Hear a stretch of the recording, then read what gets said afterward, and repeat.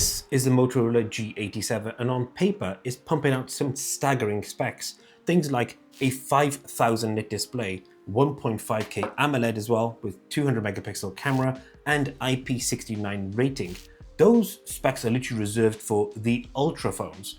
But if you're thinking about buying a G87, there's a few things you need to know.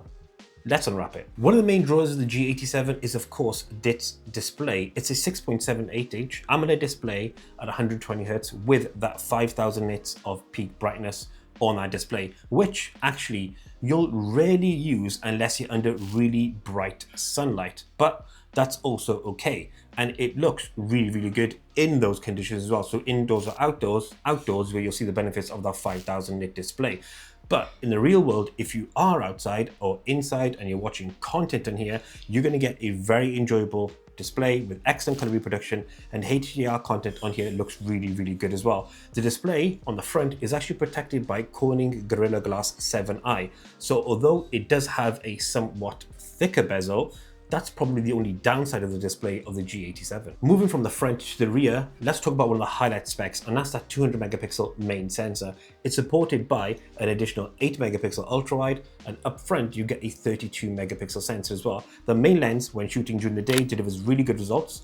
Colors are vibrant, well balanced, and don't have that overly fake contrasty look to them, and a lot of the detail is retained as well. Video from the main lens is 2K, still looks really good, very usable, and OIS here is again very reasonable, but under faster movements the stability can be a little bit off. The ultra wide is a decent lens here, but because of that smaller pixel sensor, it lacks detail and sharpness that the main lens delivers. So the dropper from the main to the ultra wide is pretty big, and then the front facing camera delivers some nice overall images and is very usable again. The video output here for the front and the rear is again 2K resolution, and it does a pretty good overall job. The main lens is a standout here when it comes to imaging. I would avoid the ultra wide, and the front facing camera is pretty decent as well. So you see the spec, 5000 nits, 200 megapixel main camera, and then here comes the compromises, and that is in the form of its performance, specifically the CPU. It's a Dimensity 6400 CPU, and what that means is it's a pretty serviceable chipset.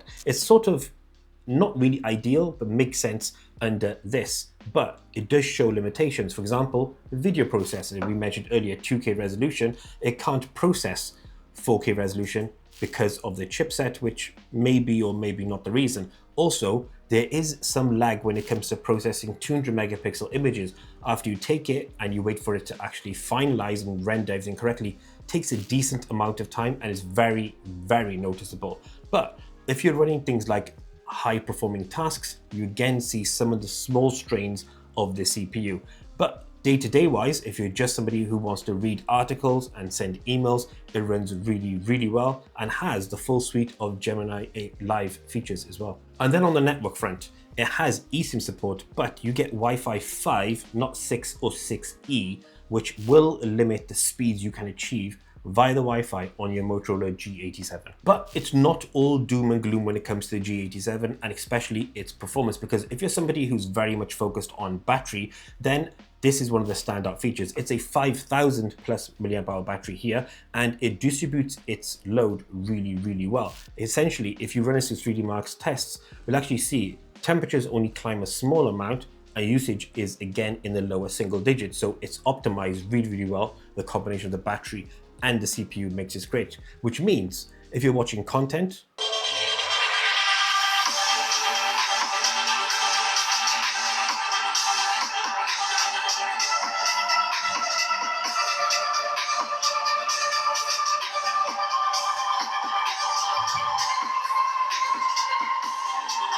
or gaming,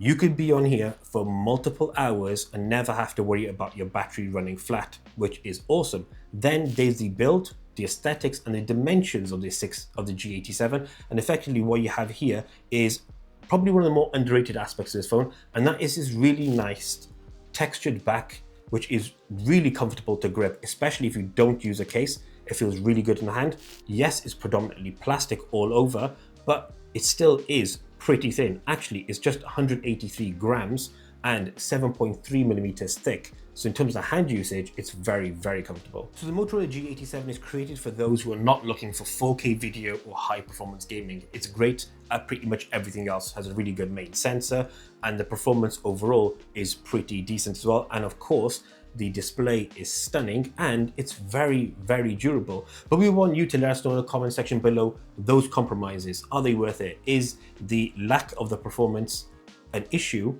versus the upshot you get in the display and the main camera? Let us know below. Thank you so much for watching. Until the next one, as always, we out.